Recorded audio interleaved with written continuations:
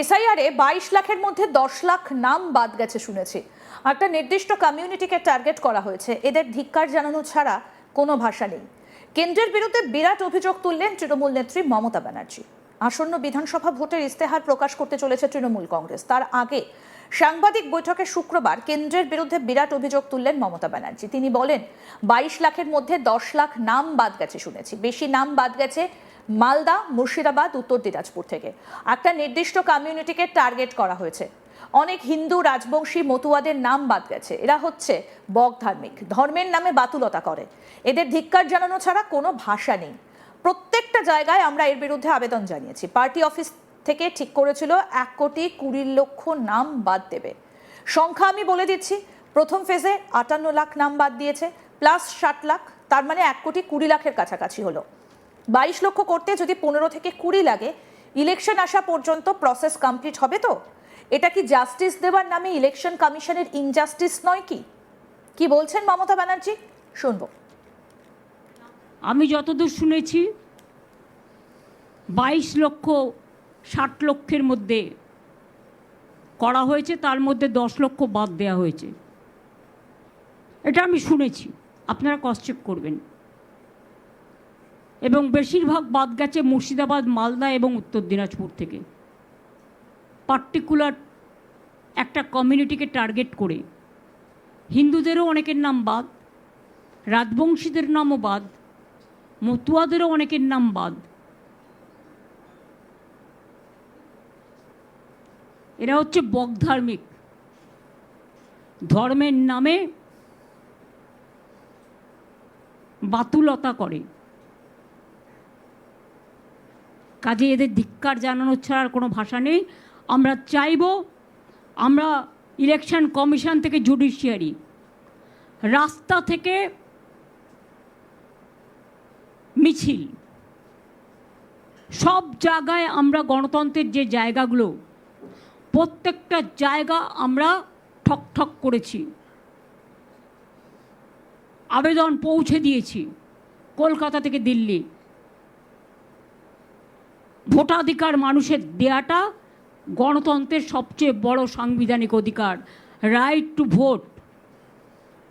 Logistical discrepancy বলে কোনো কথা কোনো রুলসে ছিল না। আগে 58 লাখ বাদ দিয়েছে প্রথমেই, আপনারা বুঝুন, 60 লক্ষ শুধু নয়। আর বিজেপির স্টেটমেন্টগুলোও দেখে নিন, আগেরটা মিলিয়ে নিন। পার্টি অফিস থেকে ঠিক করেছিল 1,20,00,000 লোকের নাম বাদ দেবে। সংখ্যাটা এবার আপনাদের আমি বলে দিই। ফার্স্ট পেজে 58 লক্ষ প্রথমেই লিস্ট থেকে বাদ দিয়েছে। তার মধ্যে কিন্তু অনেক ম্যাপিংও আছে, মহিলারা আছে যারা বাড়ি শিফট করেছে, এরকম কেসও আছে। সেই চ্যাপ্টারটা ওপেন করা হয়নি। প্লাস 60 লক্ষ, তার মানে তো 1,20,00,000 কাছাকাছি হলো। তো 22 লক্ষ করতে যদি 15 দিন 20 দিন লাগে, তা ইলেকশন আসা পর্যন্ত প্রসেস কমপ্লিট হবে তো? এটা কি মানে জাস্টিস দেওয়ার নামে একটা ইলেকশন কমিশনের ইনজাস্টিস চলছে না?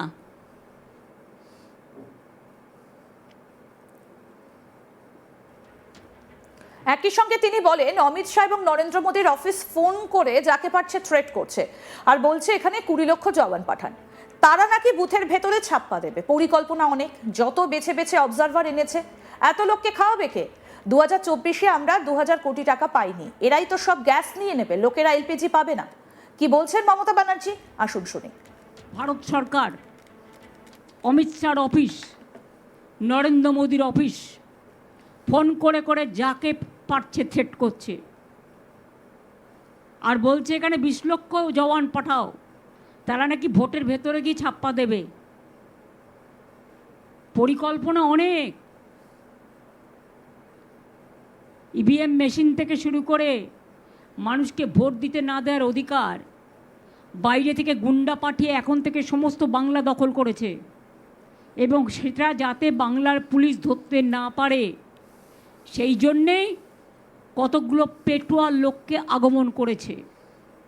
আর যত বেছে বেছে অবজারভার, একটা অ্যাসেম্বলিতে একটা পুলিশ অবজারভার, একটা এক্সপেন্ডিচার অবজারভার, আর একটা জেনারেল অবজারভার, এত লোককে খাওয়াবে কে? 2024-এ 2000 কোটি টাকা আমরা পাইনি। এ তো আমাদের সব গ্যাস নিয়ে নেবে। আমার তখন ভয় গ্যাস নিয়ে, লোকে এলপিজি পাবে না। যদি 10 লাখ পুলিশ আর এতগুলো অবজারভার এসে বসে, তাদের রাখবো কোথায়? সব হোটেলে রাখবে, হোটেলের টাকা কে দেবে? তাদের পেছনে পেছনে পুলিশের এসকর্ট ঘুরবে, সিএপিএফের ঘুরবে, এজেন্সির ঘুরবে, বর্ডার থেকে টাকা আমদানি করবে। বিজেপির সব চিফ মিনিস্টার এখানে বসে থাকবে, কুচো থেকে পোনা, রুই থেকে পুই, সব বসে থাকবে। তারা তো বাংলার সব খেয়ে নেবে। বাংলার মানুষের খাবারটাই বন্ধ করে দিচ্ছে। অধিকার কারা শুধু নয়, এত গ্যাস পাবে কোত্থেকে? এদের জন্য তো অনেক গ্যাস লাগবে। তাহলে মানুষ গ্যাসের সময় লাইন, আর তোমাদের সময় কি? এটা সাইন, ভোটের সাইন। সুতরাং মানুষকে বুড়বাক বানানো এত সহজ নয়। মানুষ ওদের নির্বাক করে দিই, আগামী দিন মানুষের সম্মান রক্ষা করার জন্য গণতন্ত্রকে শক্তিশালী করবে। আমি আমার জন্য বলছি না, আমি নিজেকে নিয়ে অত করি না, কেয়ার করি না। আমি লড়াই করি, লড়াইয়ের থেকে জন্ম নিয়েছি, চিরকাল লড়াই করে যাব। কিন্তু বাংলার মানুষের উপর যাতে অত্যাচার না হয়, বাংলার মানুষের অধিকার যাতে রক্ষা হয়, বাংলার মানুষ যাতে বাংলায় থাকতে পারে, তার জন্যই বলছি এবারের লড়াইটা। ওদিকে যেমন তৃতীয় যুদ্ধ প্রায় শুরু হয়ে গেছে, এটা আবার বিজেপির স্বৈরাচারী যুদ্ধ শুরু হয়ে গেছে। এসআইআরে 22 লাখের মধ্যে 10 লাখ নাম বাদ গেছে শুনেছে। একটা নির্দিষ্ট কমিউনিটিকে টার্গেট করা হয়েছে। এদের ধিক্কার জানানো ছাড়া কোনো ভাষা নেই। কেন্দ্রের বিরুদ্ধে বিরাট অভিযোগ তুললেন তৃণমূল নেত্রী মমতা ব্যানার্জি। আসন্ন বিধানসভা ভোটের ইস্তেহার প্রকাশ করতে চলেছে তৃণমূল কংগ্রেস। তার আগে সাংবাদিক বৈঠকে শুক্রবার কেন্দ্রের বিরুদ্ধে বিরাট অভিযোগ তুললেন মমতা ব্যানার্জি। তিনি বলছেন 22 লাখের মধ্যে 10 লাখ নাম বাদ গেছে শুনেছি।